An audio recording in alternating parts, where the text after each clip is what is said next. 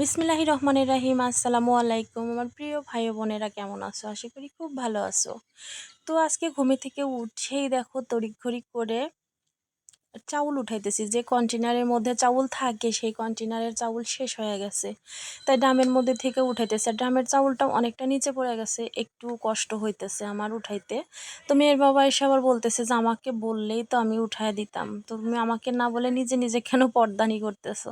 ওকে আবার বললাম যে না, দরকার নাই, এই এতটুকু কাজের জন্য আবার তোমাকে ডাকবো, সেটাই বলে দিলাম। তো যাই হোক, চাউল নেওয়া মানে উঠানো হয়ে গেছে। দেখলাম ভাতের পাতিলটা নোংরা হয়ে আছে, কালকে রাত্রে মানে বৃষ্টি ছিল আর কারেন্ট চলে গেছে। যখনই প্লেটগুলো ধুই ওই সময়টাতে বৃষ্টির জন্যে, সে কারণে আর প্লেটগুলো ধোয়া হয় নাই।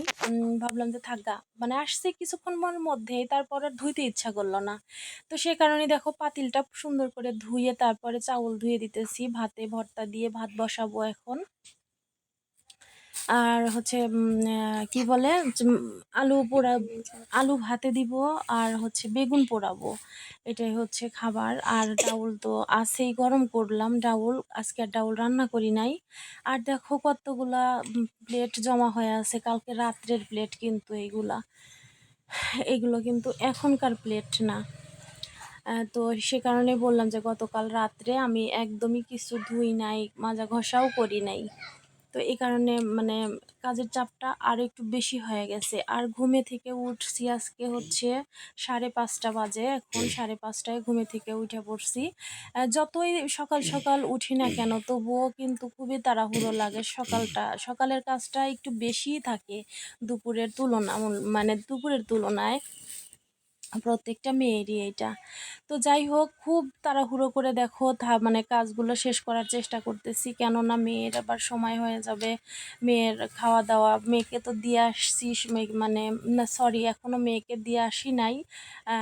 কেননা ওর প্রাইভেটে যাবে হচ্ছে 7টার সময়, এখনও মেয়ে ওঠেই নাই, একটু পরে উঠাবো ওকে, আবার ওকে দিয়ে আসবো। সেই কাজটাও কিন্তু আমাকেই করতে হয়, কেননা মেয়ের বাবা ঘুমের থেকে ওঠে একটু দেরি করে, 8টার দিকে ওঠে। আর আজকে অবশ্য সকাল সকাল উঠে গেছে, তবু আমাকেই যেতে হয়েছে, কেননা ওর নাকি ভালো লাগতেছিল না, সেটাই বলতেছিল বারবার। সে কারণেই আমি যাই রেখে আসবো আজকেও। ওই রেখে আসবো বলতে তোমার রিক্সায়, ভ্যানে মানে রিক্সাতে তুলে দিয়ে আসবো, যেখানে পরে ওই বাসা পর্যন্ত আর যাব না। তো যাই হোক, দেখো ভর্তা করে নিতেছি, খুব সুন্দর করে ভর্তা করতেছি। আর বেগুন পোড়া, আলু ভর্তা, মানে আলু দিয়ে একসঙ্গে ভর্তা ভীষণ মজা লাগে, খুব মজাদার একটা খাবার, খুবই টেস্টি একটা খাবার। তো যাই হোক, খুব সুন্দর করে দেখো একদম চটকা চটকায় ভর্তা করলাম। তো ভর্তা হয়ে গেছে, এখন চলে আসলাম ঘরটা পরিষ্কার করতে অনেক সময় পরে। এটা হচ্ছে তোমার কখন মেয়েকে স্কুলে পাঠিয়ে দেওয়ার পরে, কিন্তু তখন আর কোনো ভিডিও করি নাই। মেয়েকে খাওয়ানো, স্কুলে পাঠানো, ছোট মেয়েকে ব্রাশ করায়া ওকে খাওয়ানো, আসলে এর মাঝে যে কত কাজ থাকে কি বুঝাবো তোমাদের। এই এত কাজ তো আর দেখাতে পারি না, ভিডিওতে যতটা সম্ভব ততটাই দেখাই। তো যাই হোক, দেখো আবার ঘরটা সুন্দর করে ঝাড়ু দিয়ে নিতেছি।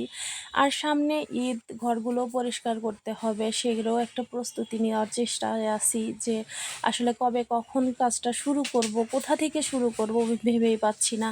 একটা ভয় ভয় কাজ করতেছে, কেননা এই 6টা রুম মানে বা 6টা 7টা ঘর পরিষ্কার করা, পরিপাটি করা কিন্তু বিশাল ব্যাপার আমার কাছে, জানি না কার কাছে কেমন। তো যাই হোক, হচ্ছে এই ঘরটার বিছানার চাদরটা এত বেশি ময়লা ময়লা লাগতেছিল, যদিও আমি চেষ্টা করব খুব তাড়াতাড়ি এই ঘরগুলো ঝাড়ার, তবু ওই একদিন যেন মানে একদিনের জন্য হইলেও চাদরটা চেঞ্জ করলাম। কারণ হচ্ছে একদমই ভালো লাগতেছিল না, কেমন জানি গিজিবিজি গিজিবিজি লাগতেছিল। তো সে কারণে চেঞ্জ করে দিলাম। আর সেটাই ভাবতেছিলাম যে যদি আমি কালকে ঘরগুলো ঝাড়ি, আবার তো নোংরা হবে, সমস্যা নাই।